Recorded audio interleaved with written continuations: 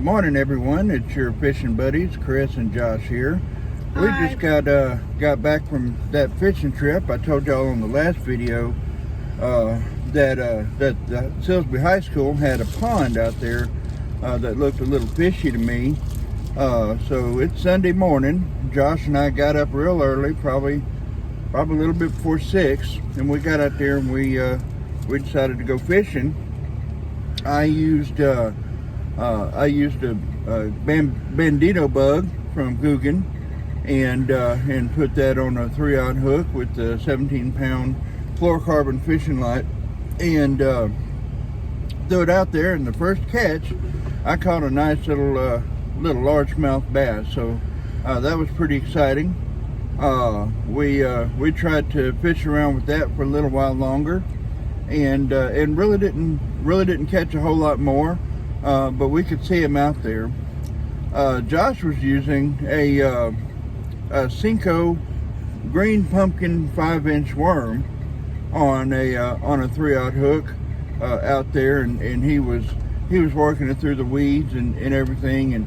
And on one of the videos upcoming, we'll probably do a how-to on how to set up a fishing hook, how to tie a Palomar knot, and a few other things, and we'll show you how to make those Texas rig hooks weedless and help you get through the tall grass and the hydrilla and all the stuff that's out there that may be catching your hook. So we'll help you fix that up.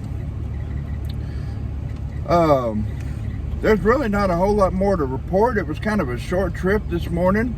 When we get our boat, which, as I said before, we're probably looking at sometime in the spring, getting a new boat or a used boat new to us, and we'll get out on the lake and we'll start doing some longer videos and everything. So, but we're going to, like I said, we're going to talk a little bit about boat safety. Want to make sure that you're safe out there on the water. One thing that I do want to say is alcohol and boats do not mix. So if you're going to get out there on the boat, make sure you leave the beer at the house, because I don't want to. I want more subscribers, not less, and I don't want any of you guys getting out there and having an accident and hurting yourselves or something even worse. So please, when you get out on the boat, leave the alcohol, leave the beer, whatever it is you have, leave that at the house, and save that for a celebration after a good fishing trip. That's dangerous. We're also going to talk a little bit about catch and release, why that's important. If you're going to bass fish and catch a whole bunch of bass fish, then make sure you're releasing the big ones. Catch and release is really important for the conservation of these large and smallmouth and spotted bass, striped bass.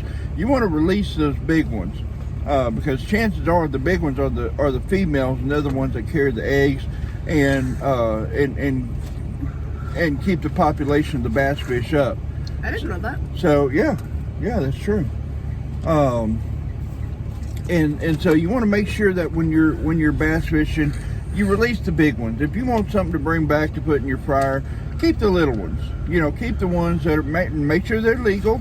I think in the state of Texas they have to be 12 inches or longer. And you can only catch 5 a day. So keep the ones that are legal. The little ones, 12 inches or bigger. But let the big ones, let those big monster bass go. If you want a trophy bass, if you want something to hang on your wall, I need to figure out where to find this, but there's a place that you can take pictures of these bass that you make, and they will make you a bass based on the picture that you send them, and that can be your trophy. Let the original go. So that's important. We need to make sure that we conserve the bass population for future fishermen like my son Josh here. So listen, if you like this channel, if you're finding some interest in it, or if you just like making fun of me or whatever, go ahead and hit the subscribe button and tell all your friends about it. We want to get as many subscribers. I have a goal to reach 1,000 subscribers before the end of the year. It's September 18th right now, so we still got a little ways. So help me get the word out. Remember, follow us on YouTube. It's Your Bass Fishing Buddy on YouTube. You can follow that page, and I'll be posting a lot of these videos on that YouTube page. And make sure that you're making good use of the resources that I'm telling you about. For instance, Mystery Tackle Box. You'll want to make sure to do that. It's really inexpensive.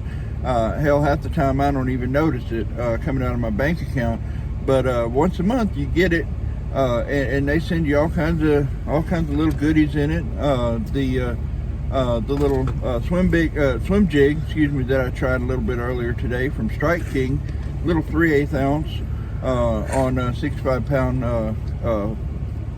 braided fishing line. And I put that out there, so I got that from Mr. Tackle Box. In fact, everything but the fishing line and the fishing rods I put on I got from Mr. Tackle Box today. So that's a good deal. Also, make sure you're subscribing to LunkerText.com. That's Lunkertext, LUNKERTEXT.com.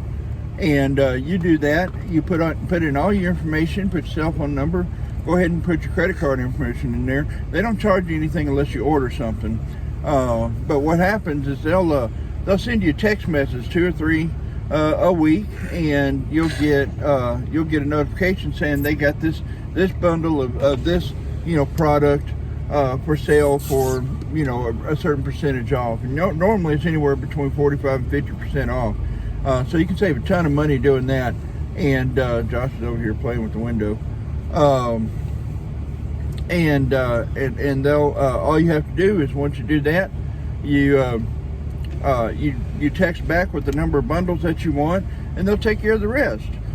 You pay a little bit of shipping, but other than that, they take care of the rest. They bill your credit card, they ship it out to you, and I got mine, my first order within I want to say a week.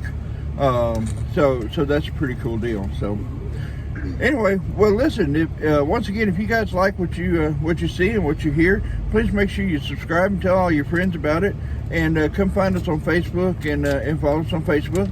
Until then, you guys go out there, you catch a whole bunch, and we'll see you next go around.